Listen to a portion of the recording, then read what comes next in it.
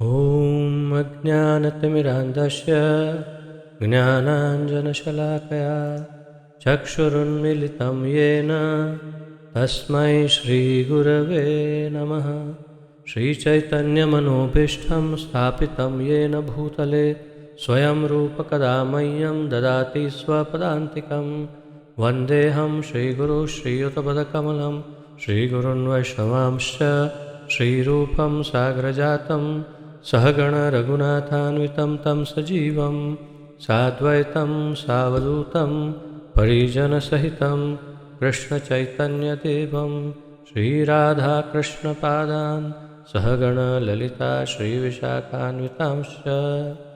हे कृष्ण करुणा सिंधु दीनबंधो जगत्पते गोपेश गोपिकाकांत राधाकांत नमोस्तुते। तप्त कांचन गौरांगी राधे वृंदावनेश्वरी वृषभानुसुते देवी प्रणमामि हरिप्रिये। वाञ्छाकल्पतरुभ्यश्च कृपा सिन्धुभ्य एव च पतितानां पावनेभ्यो वैष्णवेभ्यो नमो नमः। अनंतकोटि वैष्णववृंद की जय। नमः ओं विष्णुपादाय कृष्णप्रेष्ठाय भूतले श्रीमते जयपताका स्वामिन् नामिने। नमो आचार्यपादाय निताय कृपाप्रदायने गौरकथाधामदाय नगरग्रामतारिणे। नमः ओं विष्णुपादाय कृष्णप्रेष्ठाय भूतले श्रीमते भक्तिवेदांत स्वामिन् नामिने। नमस्ते सारस्वते देवे गौरवाणी प्रचारिणे निर्विशेषशून्यवादी पाश्चात्यदेशतारिणे। जय श्री कृष्ण चैतन्य प्रभु नित्यानंद श्री अद्वैत गदाधर श्रीवासादि गौर भक्तवृंद। हरे कृष्ण कृष्ण कृष्ण हरे हरे हरे राम राम राम हरे हरे। हरे कृष्ण कृष्ण कृष्ण हरे हरे हरे राम राम राम हरे हरे। हरे कृष्ण कृष्ण कृष्ण हरे हरे हरे राम राम राम हरे हरे।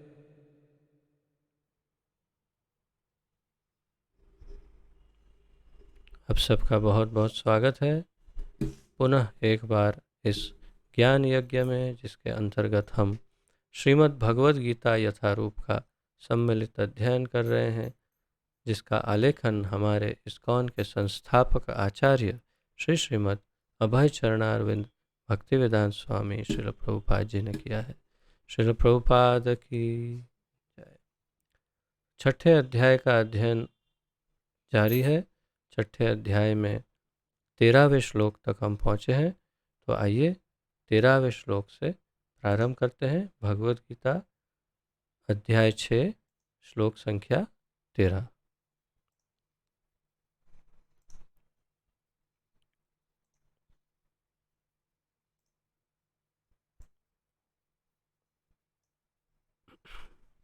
तेरह और 14 ये दोनों श्लोक एक साथ हैं, तो दोनों का उच्चारण हम साथ में करेंगे।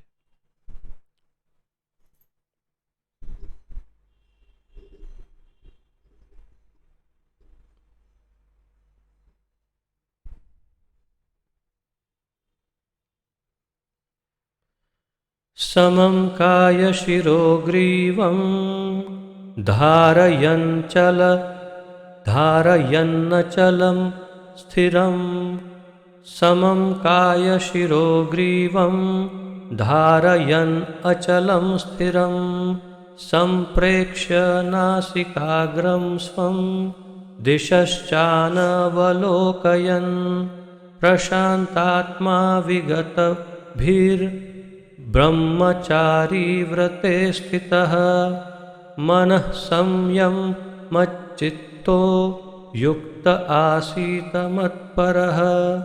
समं कायशिरो ग्रीवं धारयन्नचलं स्थिरः।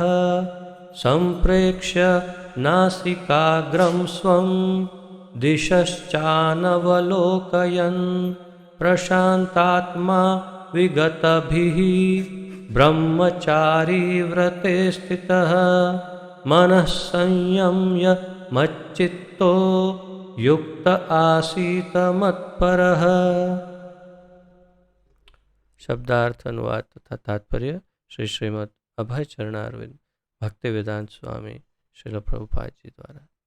समम सीधा, काय शरीर, शिरः सिर सिर, ग्रीवम तथा गर्दन को, धारयन रखते हुए, अचलम अचल, स्थिरः शांत, संप्रेक्ष्य देखकर, नासिका नाक के, अग्रम अग्रभाग को, स्वम अपनी, दिशः सभी दिशाओं में, च भी, अनवलोकयन न देखते हुए, प्रशांत अविचलित आत्मा मन, विगत भी भय से रहित, ब्रह्मचारी व्रते ब्रह्मचर्य व्रत में स्थित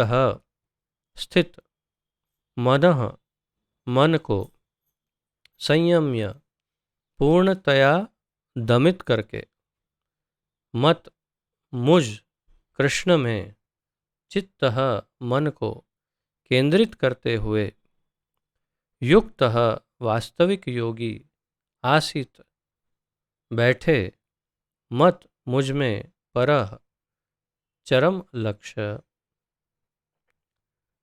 13-14 का अनुवाद पढ़ने से पूर्व 11-12 का अनुवाद पढ़ते हैं और उसका अनुसंधान इस श्लोक से जोड़ते हैं।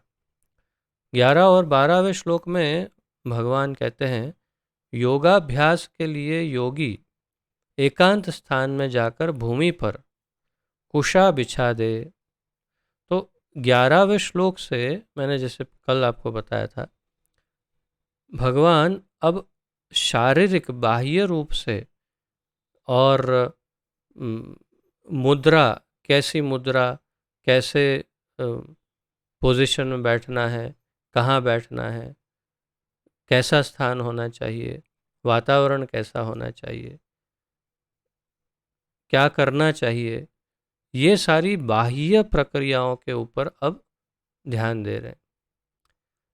हमें लगेगा कि भगवत गीता में मुख्य रूप से सब आध्यात्मिक ज्ञान है, परंतु यहाँ पर भगवान जिसे कहते हैं फिजिकल ट्रेनिंग, अर्थात कि शारीरिक प्रशिक्षण भी दे रहे हैं अर्जुन को कि ऐसे बैठकर ध्यान किया जाता है, ध्यान कैसे बैठकर किया जाता है उसका प्रशिक्षण भी भगवान अर्जुन को दे रहे हैं।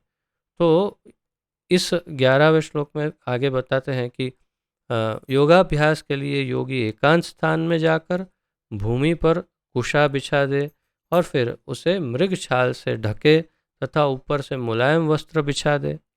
आसन न होते हुए न तो बहुत ऊंचा हो न बहुत नीचा हो, यह पवित्र स्थान में स्थित हो, अर्थात तीर्थ स्थान में। योगी को चाहिए कि इस पर दृढ़तापूर्वक बैठ जाए और मन, इंद्रियों तथा कर्मों को वश में करते हुए तथा मन को एक बिंदु पर स्थिर करके, अर्थात एकाग्र करके, एक अग्र हृदय को शुद्ध करने के लिए योग अभ्यास करे। अब 11वें अर्थात 13वें और 14वें में बताते हैं, योगाभ्यास करने वाले को चाहिए कि वह अपने शरीर, गर्दन तथा सिर को सीधी रेखा और नाक के अगले सिरे पर दृष्टि लगाए, क्षमा करें, सीधा रखे और नाक के अगले सिरे पर दृष्टि लगाए। तो जो योगाभ्यास करते हैं उनको बल्कि एक सीधी रेखा में, अर्थात सीधी लाइन में शरीर को, गर्दन को और सिर को एकदम सीधा रखे, स्ट्रेट रखे। यानी ऐसी पोजीशन अगर साइड में से देखेंगे तो ऐसे एकदम सीधा दिखना चाहिए शरीर, और उसमें शरीर, फिर गर्दन और सिर सब एक सीधी रेखा में सीधा होना चाहिए। और फिर नाक के अगले सिरे पर यहाँ पर नाक की जो नोक है इसके ऊपर दृष्टि लगाए, ऐसे, इस प्रकार, ठीक है। और इस प्रकार वह अविचलित तथा दमित मन से, भय रहित, विषयी जीवन से पूर्णतया मुक्त होकर अपने हृदय में मेरा चिंतन करे और मुझे ही अपना चरम लक्ष्य बनाए। सबसे पहले तो 5वें अध्याय में, अपनी भगवत गीता में देखिए, 5वें अध्याय के 27 और 28वें श्लोक में भगवान ने क्या कहा। 27 और 28, 5वें अध्याय का 27 और 28वां श्लोक, क्या कहते हैं भगवान?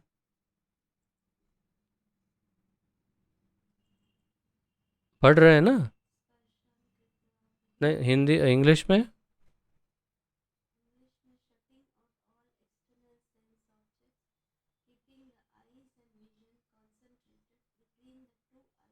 बिल्कुल यही बात, दोनों आँखों के भ्रुओं के मध्य में इसको केंद्रित करते हुए अपने मन को एकाग्र कर, अर्थात यहाँ पर जो कहा 13 और 14 में, 6ठे अध्याय के 13 और 14वें श्लोक में, वही बात वास्तव में 5वें अध्याय के 27 और 28वें श्लोक में भगवान पहले बता चुके हैं।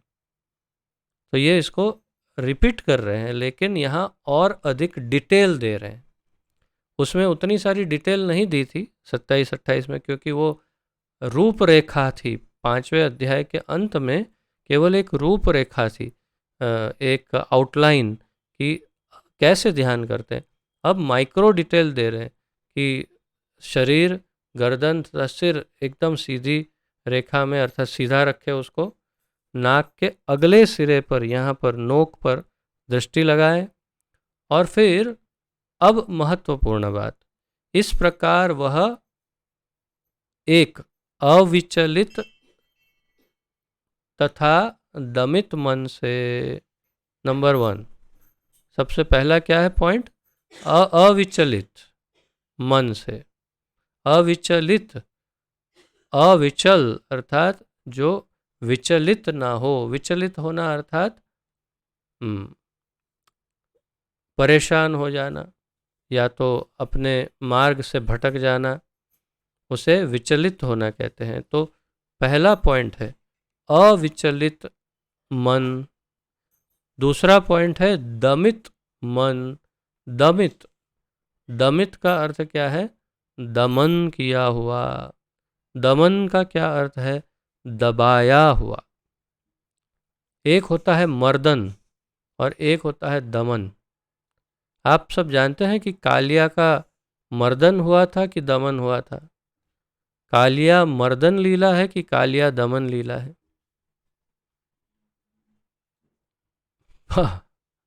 मर्दन नहीं है। मर्दन अर्थात मार दिया, दमन अर्थात दबा दिया।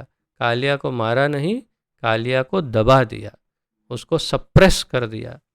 तो इसीलिए ये कालिया दमन लीला है, कालिया मर्दन लीला नहीं। उसी प्रकार मन को मर्दन करने को नहीं कहा, मार मत दो मन को, मन को दमित करो, दमन करो, अर्थात उसको दबा दो, सप्रेस करो, कंट्रोल कर दो। दमन का वास्तविक अर्थ है कंट्रोल करना। तो इस प्रकार अविचलित मन, दमित मन से 2 पॉइंट। तीसरा भय रहित, भय से मुक्त होकर के, भय रहित, विषयी जीवन से पूर्णतया मुक्त होकर के। चौथा विषयी जीवन। विषयी जीवन क्या है? इंद्रिय भोग से मुक्त। इंद्रिय और विषय, ये दोनों का सीधा संबंध है। विषय किसके लिए है? इंद्रियों के लिए। हर एक इंद्रिय का एक अलग विषय होता है। जैसे आँखों, आँख इंद्रिय है, आँखों का विषय है देखना। कान इंद्रिय है, कान का विषय है सुनना। जिह्वा विषय है, इंद्रिय है, उसके 2 विषय, एक है बोलना और एक है चखना। इस प्रकार हर इंद्रिय का अपना एक विषय है। तो वो विषयी जीवन से मुक्त, अर्थात इंद्रियों का भोग करने से मुक्त।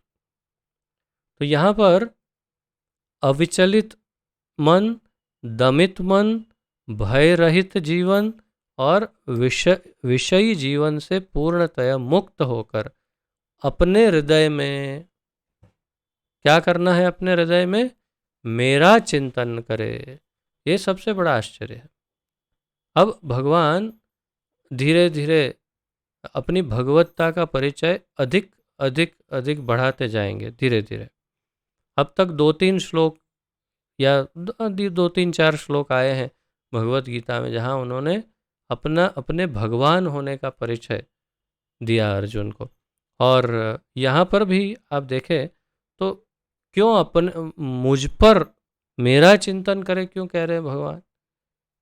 क्योंकि भगवान का चिंतन करना है, परमात्मा का चिंतन करना है, तो भगवान सीधा सीधा बता रहे हैं कि मैं ही परमात्मा हूँ। क्योंकि इससे पूर्व श्लोकों में हमने देखा भगवान ने कहा परमात्मा पे चिंतन, और यहाँ क्या कहा? स्थितः मनः संयम्य मत, मत अर्थात मुझ कृष्ण में, चित्तः युक्तः, तो मुझ में। और फिर आगे क्या कहा? आसित मत परह, आसित मत बैठ मुझ में और मुझे परह चरम लक्ष्य बनाकर। 2 बार इसी श्लोक में 2 बार उन्होंने स्पष्ट कहा मेरे में या मुझ में, अर्थात परमात्मा में या भगवान में। जोक तो कर नहीं रहे थे कृष्ण, वो जोक के मूड में तो न कृष्ण थे न अर्जुन, कि मजाक मजाक में कह रहे हो कि ये सब कर और फिर मुझ में मन लगा। तो अर्जुन हंस पड़े, अरे क्या जोक कर रहे हो आप, अच्छी तरह बताओ ना क्या करना।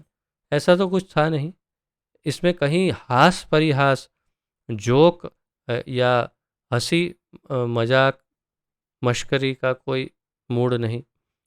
तो फिर उन्होंने ये स्पष्ट कहा कि अविचलित तथा दमित मन से भय रहित विषय जीवन से पूर्णतः मुक्त होकर ये 4 गुणों के साथ अपने हृदय में मेरा चिंतन करे और मुझे ही अपना चरम लक्ष्य बनाए। मेरा चिंतन करे और मुझे चरम लक्ष्य बनाए, अर्थात फाइनल गोल, अंतिम गंतव्य, अंतिम लक्ष्य मुझे ही बनाए। वो किसे बनाना होता है? भगवान को, अर्थात कृष्ण कह रहे हैं कि मैं भगवान। तात्पर्य, जीवन का उद्देश्य कृष्ण को जानना है, जो प्रत्येक जीव के हृदय में चतुर्भुज परमात्मा रूप में स्थित है। ये श्लोक आप लोगों ने किसने किसने कंठस्थ किया कि हृदय में परमात्मा चतुर्भुज रूप में 8 इंच साइज में रहते हैं?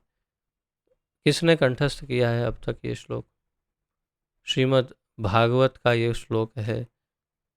मैं कई बार, मुझे लगता है कई बार मैं इसको दोहरा चुका हूँ, और अभी थोड़े ही दिन पहले मैंने दोहराया था इसको। थोड़ा ढूंढने में उस टाइम समय लगा था मुझे, लेकिन आपको मैंने श्लोक नंबर के साथ बताया था। किसी ने किया कंठस्थ? नहीं। अगर नहीं किया तो अब कर लीजिए। 2.2.8 श्रीमद् भागवतम, श्रीमद् भागवत दूसरे स्कंद के दूसरे अध्याय का 8वां श्लोक। केचित् स्वदेहान्तरहृदयावकाशे प्रादेशमात्रं पुरुषं वसन्तं चतुर्भुजं कंजरथांगशंख गदाधरं धारणया स्मरन्ति। केचित् स्वदेहांतर हृदयावकाशे, किसी हर एक केचित् सबके जितने भी हैं, कि किसी के भी, केचित किसी के भी जितने भी जीव हैं, किसी के भी हृदय अवकाश है, हृदय जो हृदय का जो भाग है उसके अंदर जो जगह है उसमें प्रादेश मात्रम पुरुषम वसंतम 8 इंच के एक पुरुष रहते हैं। कैसे दिखते हैं? चतुर्भुजम 4 हाथ हैं, कंज कंज, रथ अंग, शंख। तो तीन चीजें बताई यहाँ पर।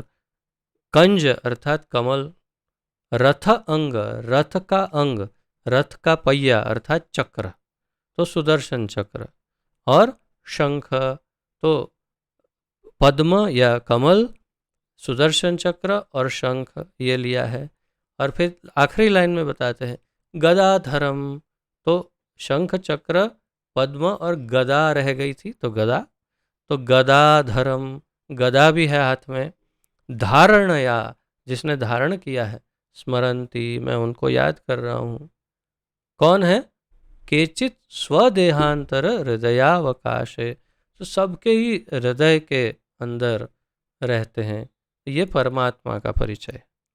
और मैंने ये श्लोक क्यों बताया? दो उद्देश्य, एक तो 8 इंच उनकी साइज बताई, प्रादेश मात्रम उनकी साइज, और चतुर्भुज, चतुर्भुज यहाँ जैसे प्रभुपाद जी ने कहा जीवन का उद्देश्य कृष्ण को जानना है, जो प्रत्येक जीव के हृदय में चतुर्भुज परमात्मा के रूप में स्थित है। तो चतुर्भुजम कंज रथांग शंख, तो चतुर्भुज ये भी वर्णन इस श्लोक में है 2.2.8। अब अवश्य कंठस्थ करिएगा नेक्स्ट टाइम। योगाभ्यास का प्रयोजन विष्णु के इस अंतर्यामी रूप की खोज करने तथा देखने के अतिरिक्त और कुछ नहीं है। योगाभ्यास का प्रयोजन क्या है? प्रश्न का उत्तर, योग अभ्यास का प्रयोजन है विष्णु के इस अंतर्यामी रूप की खोज, विष्णु या नारायण के इस अंतर्यामी, अंतर्यामी यानी हमारे अंतर हृदय में जो रहते हैं या विचरण करते हैं, ऐसे अंतर्यामी की खोज करना, वही तो योगाभ्यास का एकमात्र लक्ष्य है। तथा देखने के, उनको देखने अर्थात उस भगवान को देखने के अतिरिक्त और कुछ नहीं। तो दो उद्देश्य बताए योगाभ्यास के। कौन से दो? विष्णु को ढूंढना हृदय में और उनको देखना, ये दो प्रयोजन। तो ये बात विशेष रूप से ध्यान रखिएगा। दो कौन से हैं? एक, नंबर 1 विष्णु को हृदय में ढूंढना और उनको देखना। ये किसका उद्देश्य है? योगाभ्यास अर्थात विशेष रूप से ध्यान योग। अंतर्यामी विष्णु मूर्ति प्रत्येक व्यक्ति के हृदय में निवास करने वाले कृष्ण का स्वांश रूप है। अंतर्यामी विष्णु मूर्ति, विष्णु मूर्ति, क्यों विष्णु मूर्ति? चतुर्भुजम। तो पहले तो बता दिया कि कृष्ण का ही यहाँ पर बताया, कृष्ण को जानने के प्रत्येक जीव के हृदय में चतुर्भुज परमात्मा रूप में स्थित है। कौन? कृष्ण।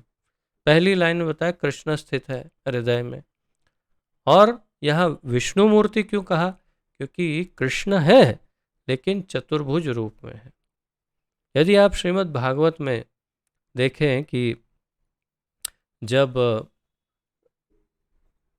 अश्वत्थामा ने ब्रह्मास्त्र उत्तरा के गर्भ पर छोड़ा ताकि उसके गर्भ में रहा जो बच्चा था वो नष्ट हो जाए, तो भगवान ने चतुर्भुज रूप में उसके गर्भ में प्रवेश करके अपनी गदा से उन्होंने रक्षा की, ऐसा वर्णन है भागवत में।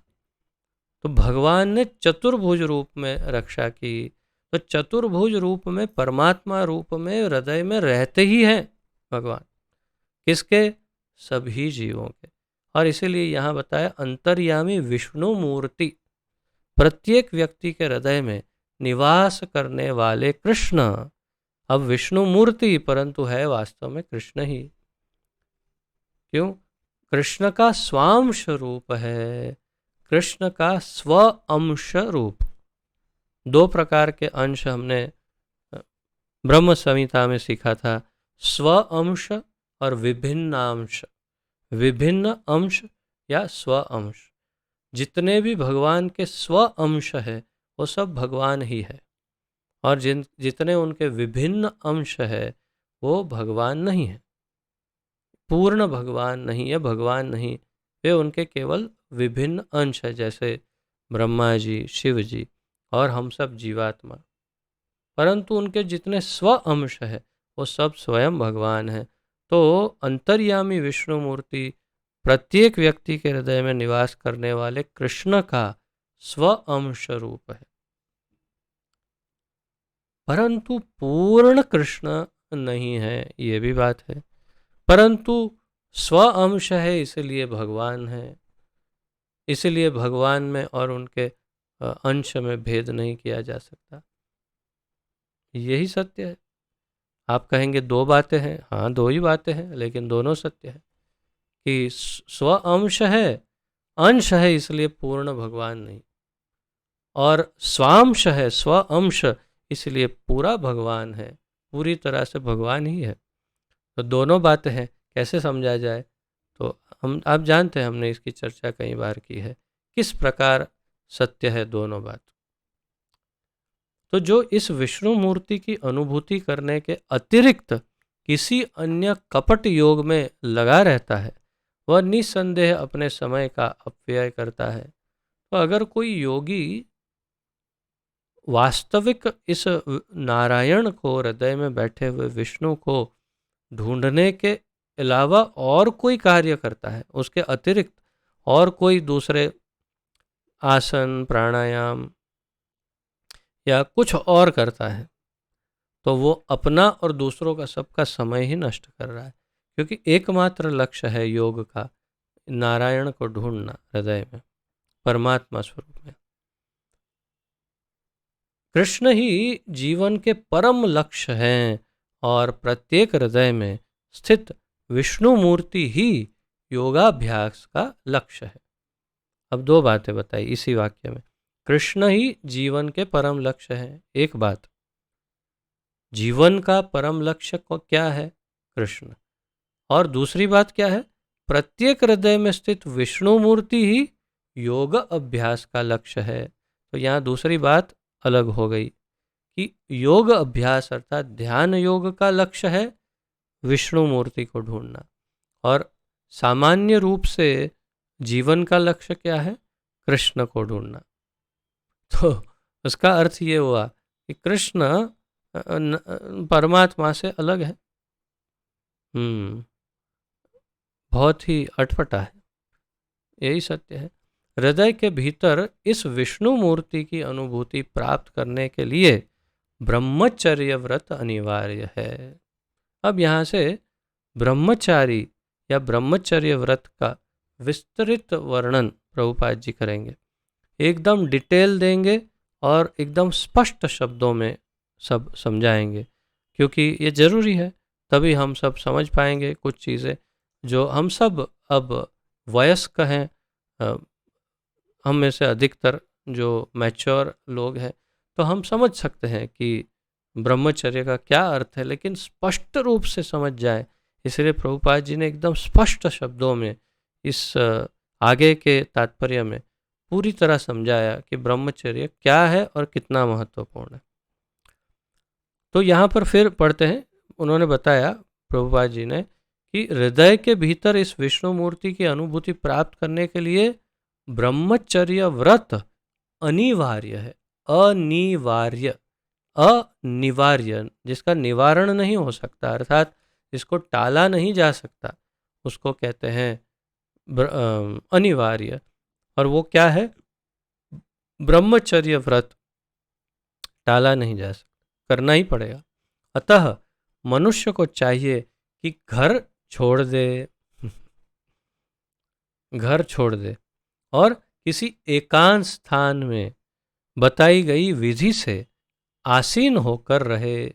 बताई गई विधि अर्थात यही जो पिछले 2-4 श्लोकों में भगवान बता रहे, ऐसे एकांत स्थान, तीर्थ स्थान में जाकर एकांत में बैठे, आसन लगाए और सीधा बैठे और आँखों को बिल्कुल नाक की नोक पर लगा दे और फिर इत्यादि ये सब कर ब्रह्मचर्य का व्रत पालन करें।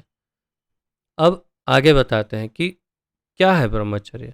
तो नित्य प्रति घर में या अन्यत्र नित्य प्रति घर में, हर एक घरों में या अन्यत्र कहीं भी, या घर नहीं तो कहीं और, मैथुन भोग करते हुए और तथाकथित योग की कक्षा में जाने मात्र से कोई योगी नहीं हो जाता।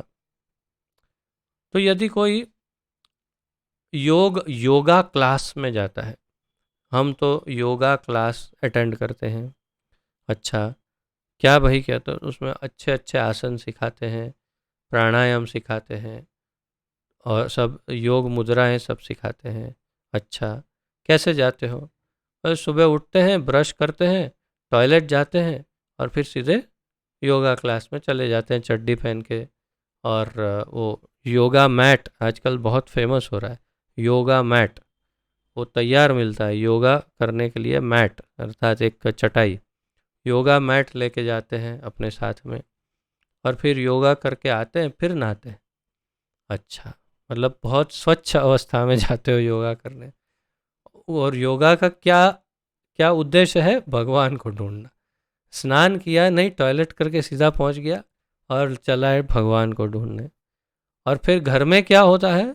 घर में नित्य, प्रभुपाद जी कहते हैं नित्य घर में या अन्यत्र मैथुन भोग करते हुए तो मुक्त रूप से जीवन का, इंद्रियों का भोग कर रहा है और तथाकथित योग की कक्षा में जाता है, और उतना करने मात्र से कोई योगी नहीं हो जाता। और फिर आप कहो कौन है? बहुत बड़े योगी है। अच्छा, क्यों? दाढ़ी देखो उनकी इतनी लंबी है। अच्छा, वो दाढ़ी से पता चलता है योगी है। अरे ऊपर भी बहुत अच्छा वो बनाया है उन्होंने, क्या बोलते हैं, जटा जटा। तो योगी है। ऐसे कोई योगी नहीं हो जाता। फिर आगे प्रभुपाद जी बताते हैं उसे मन को संयमित करने का अभ्यास करना होता है और सभी प्रकार की इंद्रिय तृप्ति से, जिसमें मैथुन जीवन मुख्य है, बचना होता है। योगी होने के लिए उसको हर प्रकार की इंद्रिय तृप्ति से मुक्त होना होता है, इंद्रिय भोगों से मुक्त होना होता है। और हर प्रकार के इंद्रियों के भोग में उपस्थ का जो भोग है अर्थात मैथुन भोग, मैथुन जीवन, वो सबसे मुख्य है, अर्थात उसको सबसे पहले छोड़ना सबसे आवश्यक होता है एक योगी के लिए। महान ऋषि याज्ञवल्क्य ने ब्रह्मचर्य के नियमों में बताया है। तो ऋषि याज्ञवल्क्य जो हैं उन्होंने ब्रह्मचर्य के कुछ नियम बताए, वो इस प्रकार है। कर्मणा मनसा वाचा सर्वावस्थासु सर्वदा सर्वत्र मैथुन त्यागो ब्रह्मचर्यं प्रचक्षते। कर्मणा मनसा वाचा सर्वे अवस्थासु सर्वदा सर्वत्र मैथुन त्यागो ब्रह्मचर्यं प्रचक्षते। उसका अर्थ प्रभुपाद जी समझाते हैं, सभी कालों में अर्थात हर समय, सर्व अवस्थासु, हर समय, हर काल में, हर परिस्थिति में, सभी अवस्थाओं में तथा सभी स्थानों में, सभी स्थान में, सर्वत्र, सर्वदा और सर्व अवस्थासु, ये तीनों है। सर्व अवस्था, सर्वदा हर समय, और सर्वत्र किसी भी जगह, तो किसी भी अवस्था में, किसी भी स्थान में और किसी भी काल में, किसी समय। मनसा वाचा कर्मणा अर्थात मन से, वाचा अपनी वाणी से, और कर्मणा अपने कर्म से या अपनी क्रियाओं से, मैथुन भोग से पूर्णतया दूर रहने में सहायता करना ही ब्रह्मचर्य व्रत का लक्ष्य है। ब्रह्मचर्य व्रत का लक्ष्य बताया है कि ये मन से, वचन से, वाणी से और कर्म से अर्थात अपनी क्रियाओं से हर स्थान पर या किसी भी स्थान में, किसी भी समय, किसी भी परिस्थिति में मैथुन भोग का त्याग करना, इसे ब्रह्मचर्य व्रत कहते हैं, ऐसा याज्ञवल्क्य जी बताते हैं। मैथुन में प्रवृत्त रहकर योगाभ्यास नहीं किया जा सकता। अगर कोई ये सोचता है कि हाँ, जैसे कि प्रभुपाद जी ने पहले ही बताया, प्रतिदिन क्या बताया, नित्य प्रति घर में, नित्य, नित्य अर्थात प्रतिदिन या हमेशा, सतत। तो लगभग प्रतिदिन या नित्य कोई ये सोचता है कि हाँ, हम पूरा दिन अच्छी तरह योगा करेंगे, रात को जाकर भोगा करेंगे, तो ऐसा योगा कुछ काम नहीं लगेगा। वो सिर्फ भोगा ही भोगा हो जाएगा और उसमें से रोगा ही रोगा उत्पन्न होगा। तो ऐसा योगा जिसमें भोगा हो वो रोगा देगा। कितना अच्छा कविता जैसे बन गया। तात्पर्य यह है कि अगर भोग करते हैं, इंद्रिय भोग, विशेष रूप से मैथुन, तो योग कभी सिद्ध नहीं हो सकता। इसीलिए बचपन से जब मैथुन का कोई ज्ञान भी नहीं होता, ब्रह्मचर्य की शिक्षा दी जाती है। बचपन में ब्रह्मचर्य आश्रम प्रारंभ हो जाता है। 5 वर्ष की आयु में बच्चों को गुरुकुल भेज दिया जाता है, जहां गुरु उन्हें ब्रह्मचारी बनने के दृढ़ नियमों की शिक्षा देता है। तो गुरु जो है वो बचपन से ही बच्चों को इस प्रकार से प्रशिक्षण देते हैं कि देखो, मन को इस तरह कंट्रोल करना चाहिए, इन चीज़ों को नहीं देखना चाहिए, ये नहीं करना चाहिए, ये नहीं सुनना चाहिए, नहीं देखना चाहिए, नहीं बोलना चाहिए, ये क्या करना चाहिए क्या नहीं करना, उसका शारीरिक प्रशिक्षण देते हुए गुरु बचपन से उन्हें सिखाते हैं कि ब्रह्मचारी कैसे बनते हैं। तभी ब्रह्मचारी बन सकते हैं, अन्यथा आजकल के स्कूल कॉलेजों में क्या होता है, जिसे आजकल अंग्रेजी में कहते हैं पोर्नोग्राफी, यानी अश्लील चित्र और अश्लील फिल्मों को देखना सबसे अधिक, सबसे बड़ा, सबसे विस्तृत दूषण आज के नवयुवकों में यही है। नवयुवक युवती या तो बच्चों में भी, छोटे छोटे बच्चों में भी ये दूषण बहुत अधिक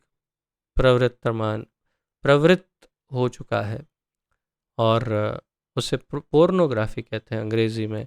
अत्यंत भयानक अश्लील चित्र और फिल्मों को देखना, तो ये इसमें ब्रह्मचर्य का प्रश्न ही कैसे उठ सकता है, प्रश्न ब्रह्मचर्य का क्वेश्चन ही नहीं। तो टीचर क्या करते हैं, टीचरों का उत्तरदायित्व है कि वो बच्चों को ऐसा प्रशिक्षण दे, लेकिन जो स्वयं टीचर ही भोग में लगे हुए हों, वो बच्चों को क्या ब्रह्मचारी बनाएंगे। तो आजकल की एजुकेशनल सिस्टम यही है, क्या करें, कलयुग का प्रभाव है। तो जहाँ गुरु उन्हें ब्रह्मचारी बनने के दृढ़ नियमों की शिक्षा देते हैं, ऐसे अभ्यास के बिना किसी भी योग में उन्नति नहीं की जा सकती। अगर ये प्रशिक्षण ना हो, ऐसा अभ्यास ना हो, ब्रह्मचारी कैसे बना जाए, तो किसी भी, प्रभुपाद जी बताते हैं, किसी भी योग में उन्नति नहीं की जा सकती। अब किसी भी योग में का अर्थ है भक्ति योग, ज्ञान योग, ध्यान योग, कर्म योग, तो प्रश्न ही नहीं, परंतु किसी भी योग में उन्नति नहीं हो सकती यदि ब्रह्मचारी नहीं हो तो, चाहे वह ध्यान हो या कि ज्ञान या भक्ति। स्पष्ट कह दिया प्रभुपाद जी। किंतु जो व्यक्ति विवाहित जीवन के विधि विधानों का पालन करता है और अपनी ही पत्नी से मैथुन संबंध रखता है, वह भी ब्रह्मचारी कहलाता है। यहाँ पर प्रभुपाद जी ने थोड़ा मुक्त होकर के इतना अवश्य कह दिया है, परंतु विशेष प्रशिक्षण देते समय ये बता दिया है कि उसमें भी बहुत कठोर नियम है। यहाँ इतना कह दिया कि किंतु जो व्यक्ति विवाहित जीवन के विधि विधानों का पालन करता है, अब ये विधि विधान क्या है वो नहीं बताया, लेकिन विधि विधान ये है कि केवल पुत्र या पुत्री की उत्पत्ति के लिए ही संबंध हो सकता है, अन्यथा नहीं हो सकता। तो केवल विवाहित जीवन के विधि विधान का पालन करता है और अपनी ही पत्नी के साथ मैथुन संबंध रखता है, वह भी ब्रह्मचारी कहलाता है। उसे कहते हैं गृहस्थ ब्रह्मचारी। गृहस्थ ब्रह्मचारी कहते हैं उसे, जो एकदम चुस्त पालन करता है। अगर पुत्र उत्पत्ति हो, उसके लिए हो, तो पहले गर्भाधान संस्कार हो जाए, उसके बाद मिलन हो, उसके बाद पुत्र उत्पत्ति हो, तभी उसे गृहस्थ ब्रह्मचारी कहा जा सकता है।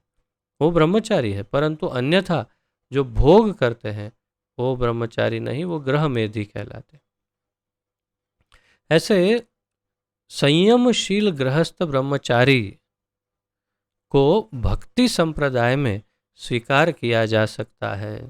तो ऐसे गृहस्थ ब्रह्मचारी को भक्ति संप्रदाय में, भक्ति योग में, भक्ति के मार्ग में स्वीकार किया जा सकता है।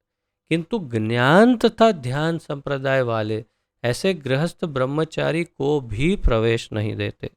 अब सुनो और सुनो, जो ज्ञान मार्गी है या ध्यानी, विशेष रूप से ध्यान मार्गी जो है, वो तो ऐसे गृहस्थ ब्रह्मचारी को भी प्रवेश नहीं देते, उन्हें भी भोगी ही समझते हैं। उनके लिए पूर्ण ब्रह्मचर्य अनिवार्य है। तो जो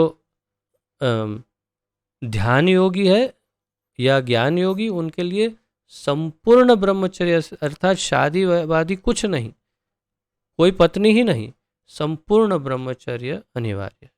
लेकिन भक्ति संप्रदाय में गृहस्थ ब्रह्मचारी स्वीकार्य है। भक्ति संप्रदाय में गृहस्थ ब्रह्मचारी को संयमित मैथुन की अनुमति रहती है। अब ये पॉइंट महत्वपूर्ण है, जो पहले नहीं बताया अब बता रहे हैं।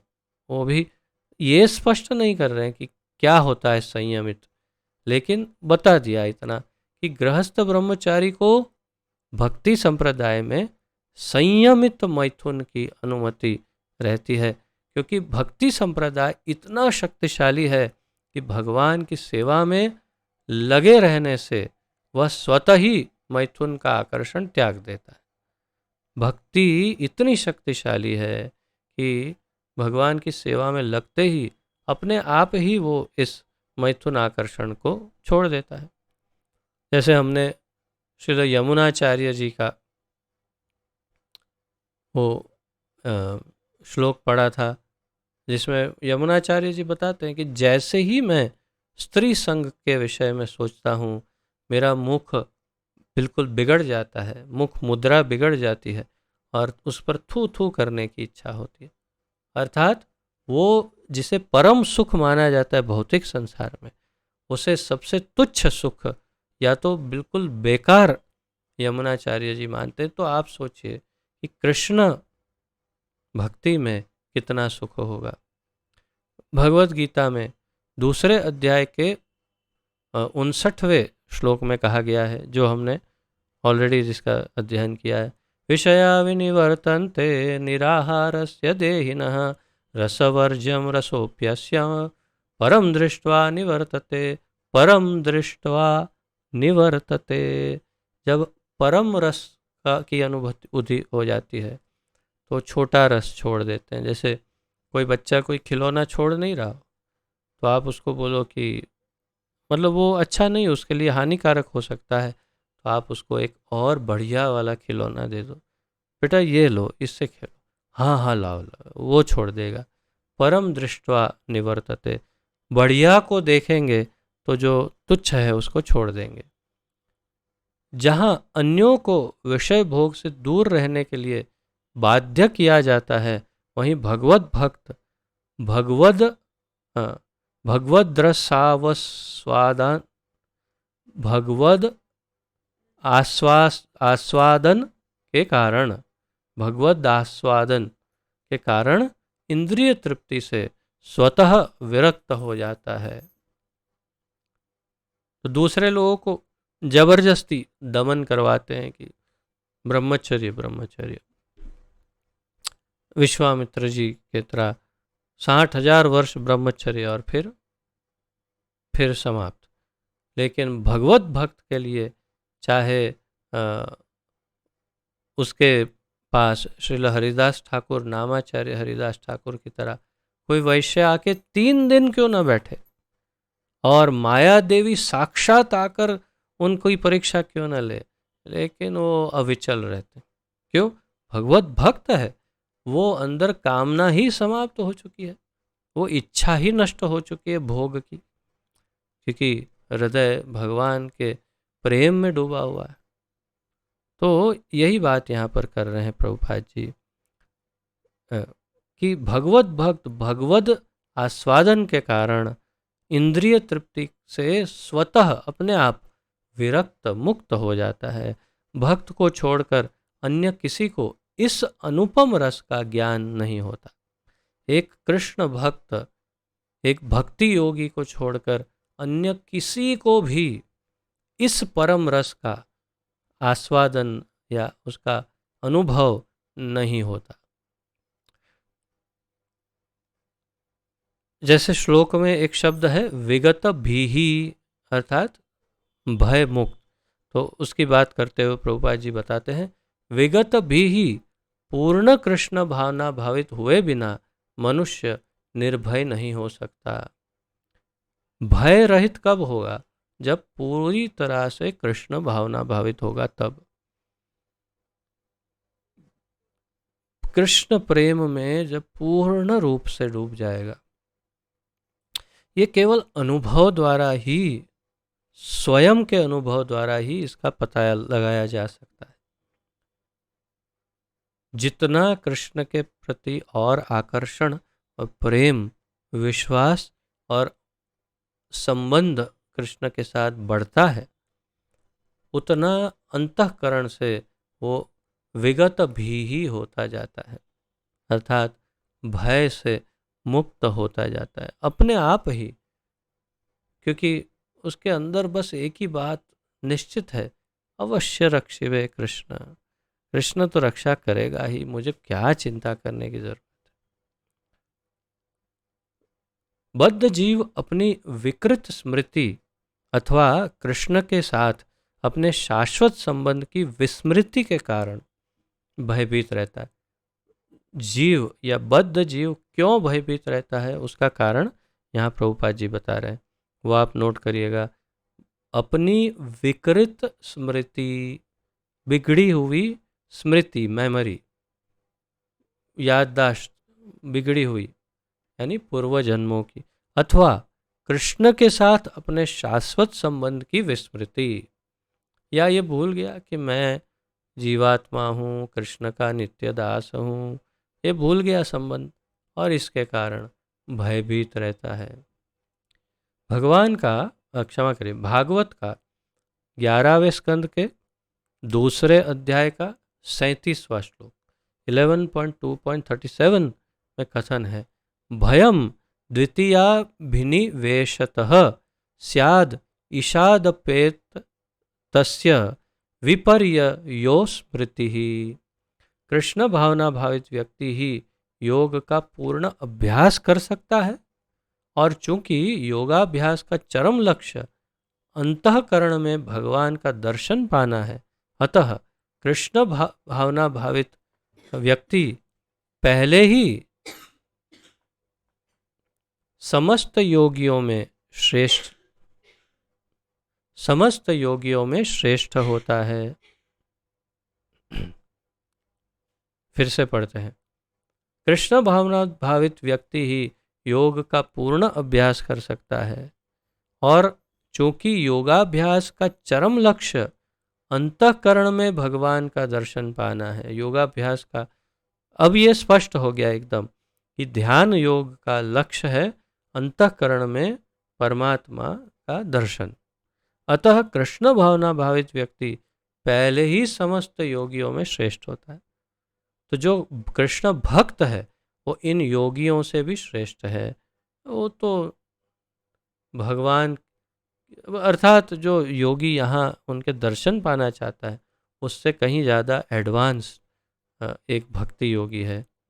यहाँ पर वर्णित योग विधि के नियम तथाकथित लोकप्रिय योग समितियों से भिन्न है। तो उस समय जो कुछ योगा ट्रेनिंग सेंटर वगैरह चलते होंगे, आश्रम वगैरह प्रभुपाद जी के समय 50 वर्ष पूर्व, उसकी जो विधियां या नियम है उससे ये योग अलग है, ऐसा बताकर उनको बता रहे हैं कि भाई आप ये मत सोचना कि कोई भी योगा सेंटर में जाएंगे तो ये सब सिखाएंगे, ऐसे नहीं होता, ऐसा स्पष्ट कर।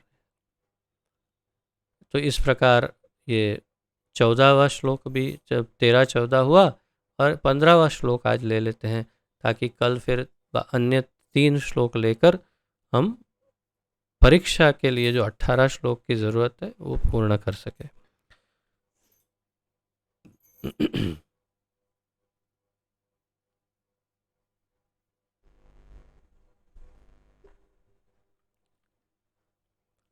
युञ्जनेवं सदात्मानं योगी नियतमानसः साङ्क्षन्त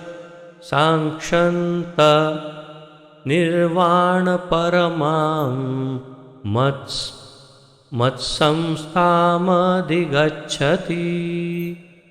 युञ्जनेवं सदात्मानं योगी नियतमानसः साङ्क्षन्त निर्वाणपरमां मत्संस्थामधिगच्छति।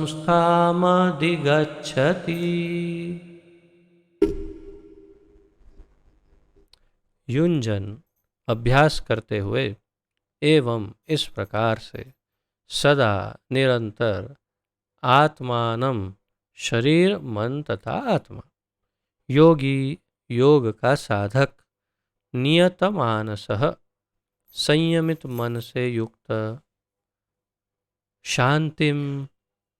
शांति को, निर्वाण परमाम भौतिक अस्तित्व का अंत,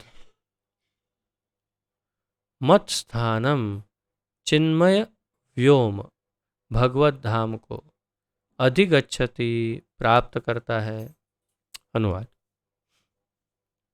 इस प्रकार मन तथा कर्म में निरंतर संयम का अभ्यास करते हुए संयमित मन वाले योगी को इस भौतिक अस्तित्व की समाप्ति पर भगवत धाम की प्राप्ति होती है। इस प्रकार शरीर मन तथा कर्म में निरंतर संयम का अभ्यास करते हुए, तो ये एक ध्यान योगी का लक्षण, जो शरीर मन और कर्म को निरंतर संयमित करता है, और संयमित मन वाले योगी को, और फिर ऐसे संयमित कंट्रोल्ड मन वाले योगी को इस भौतिक अस्तित्व की समाप्ति पर, अर्थात ये शरीर की, भौतिक शरीर की समाप्ति जब हो जाएगी तो भगवत धाम की प्राप्ति होती है। अगर वो परमात्मा का भक्त है, परमात्मा को हृदय में ढूंढ रहा है, अर्थात विशेष रूप से स्पष्ट रूप से नारायण को, चतुर्भुज को, विष्णु को या कृष्ण को ही हृदय में ढूंढ रहा है, तो फिर उसको अंततोगत्वा, अर्थात इस शरीर के अंत होने पर भगवद धाम की प्राप्ति, भगवान का धाम उसे प्राप्त हो सकता है, ऐसा भगवान स्वयं बता रहे हैं। तात्पर्य। अब योगाभ्यास के चरम लक्ष्य का स्पष्टीकरण किया जा रहा है भगवान द्वारा। योग अभ्यास का चरम लक्ष्य क्या है वो स्पष्ट कर रहे हैं भगवान। योग अभ्यास किसी भौतिक सुविधा की प्राप्ति के लिए नहीं किया जाता। कुछ भौतिक सुख सुविधाएं मिले इसलिए योग नहीं होता। आजकल का योग उसी के लिए होता है। किसके लिए? ताकि मेरा शरीर स्वस्थ रहे। प्राणायाम किसके लिए? तो कोई बीमारी शरीर में ना आए। योगासन क्यों? कोई भी रोग हुआ हो तो ठीक हो जाए और शरीर थोड़ा पतला हो जाए। ये सब कोई भी इस सब चीज़ों का कोई महत्व नहीं योगाभ्यास में। योगाभ्यास किसी भौतिक सुविधा की प्राप्ति के लिए नहीं किया जाता। इसका उद्देश्य तो भौतिक संसार से विरक्ति प्राप्त करना है, भौतिक संसार से मुक्ति, विरक्ति, वैराग्य को प्राप्त करना।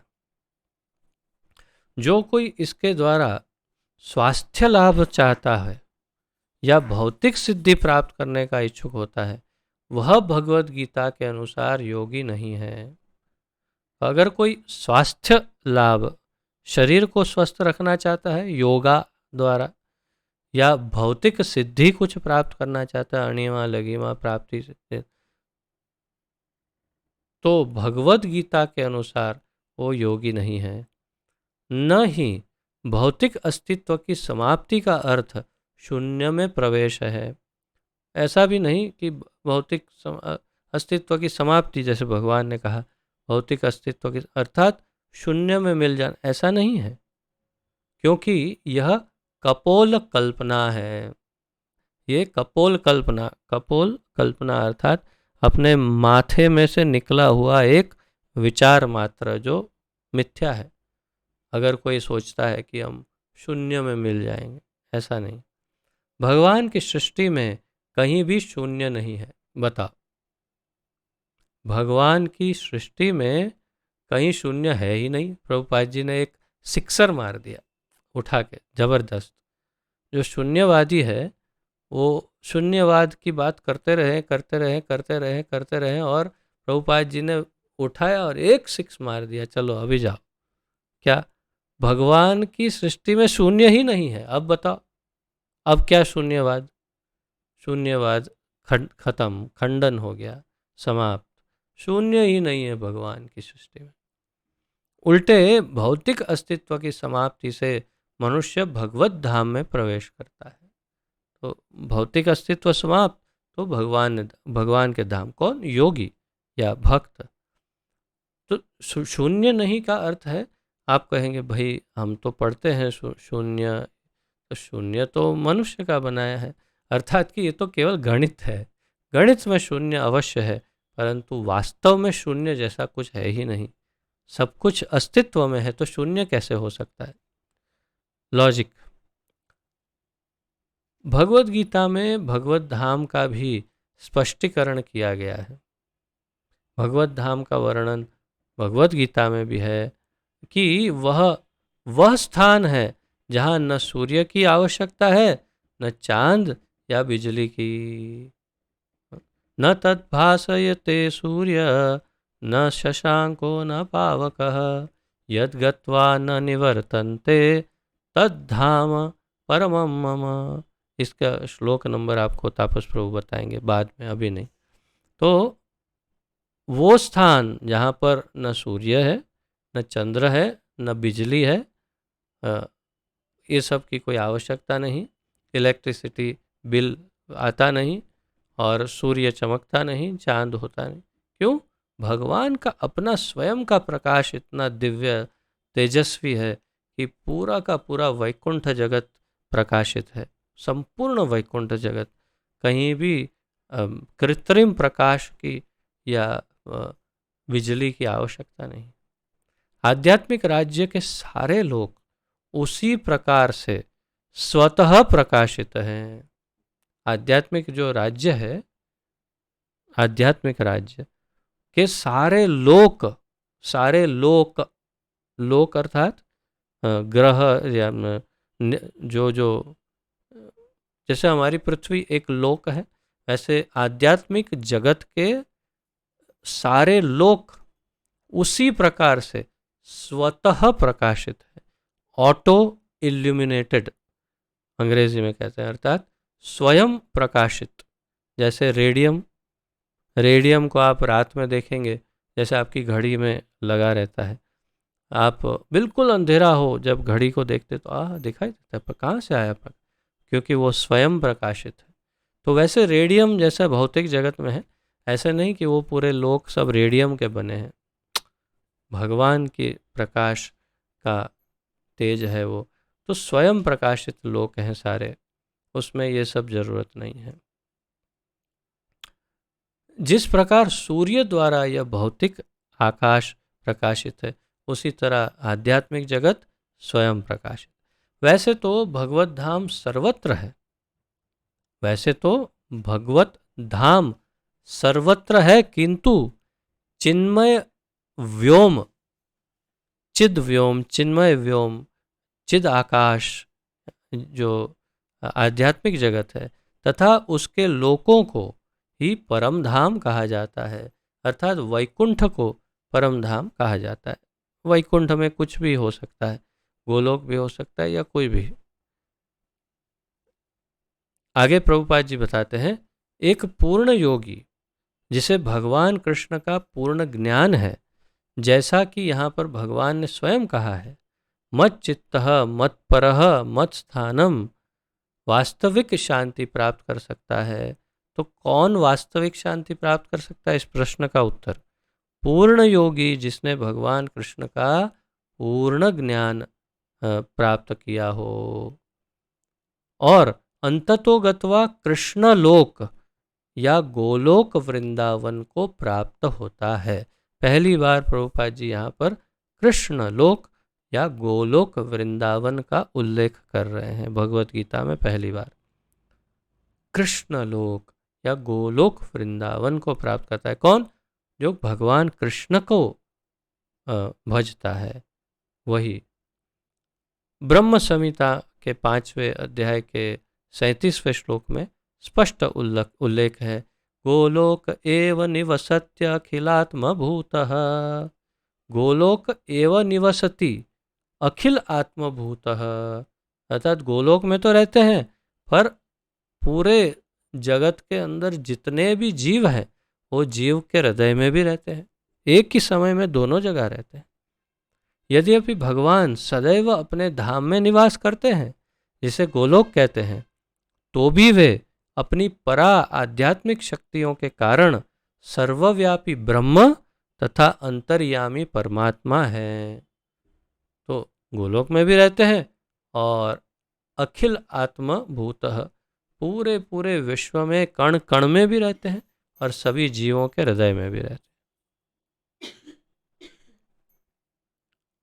कोई भी कृष्ण तथा विष्णु रूप में उनके पूर्ण विस्तार को सही सही जाने बिना वैकुंठ में या भगवान के नित्य धाम गोलोक वृंदावन में प्रवेश नहीं कर सकता।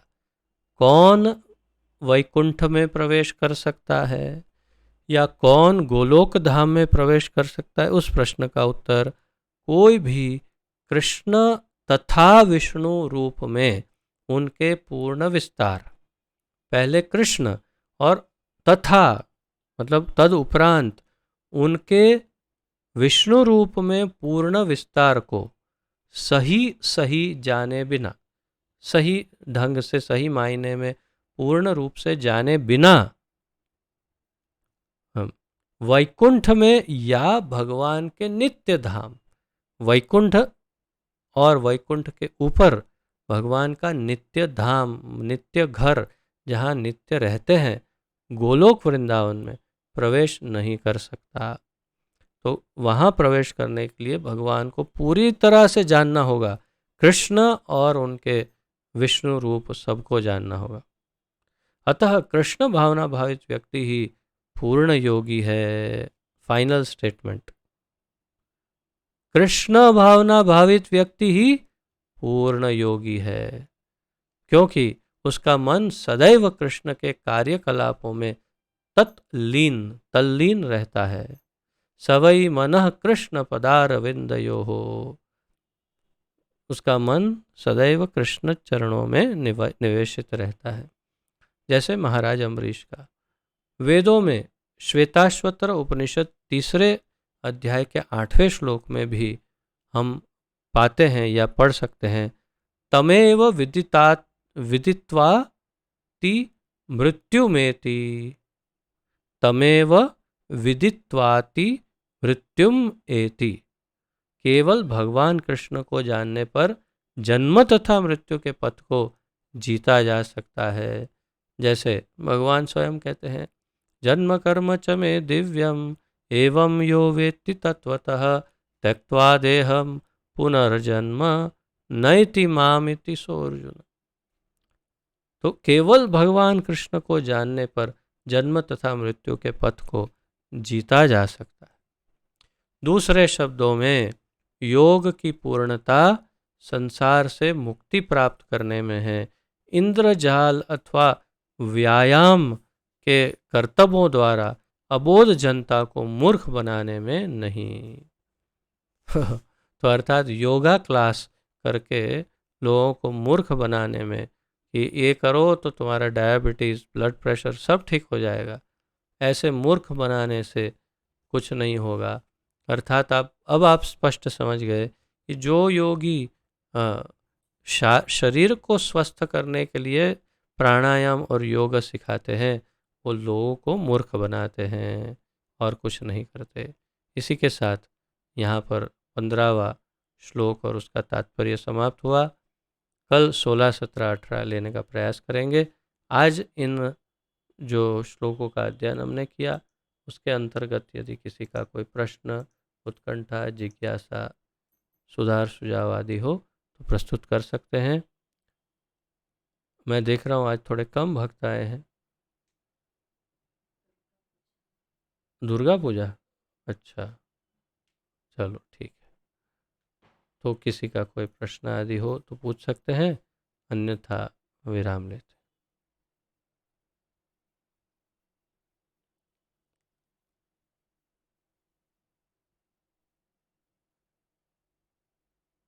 ठीक है, किसी का यदि कोई प्रश्न ना हो तो प्रणति निवेदन करते हैं। पतित पावन जगत गुरु श्रील प्रभुपाद की जय। पतित पावन गुरुदेव की जय। निताय गौर प्रेमानंदे हरि हरि बोल। आप सभी के चरणों में दंडवत प्रणाम। आप सबका बहुत बहुत धन्यवाद। हरे कृष्णा।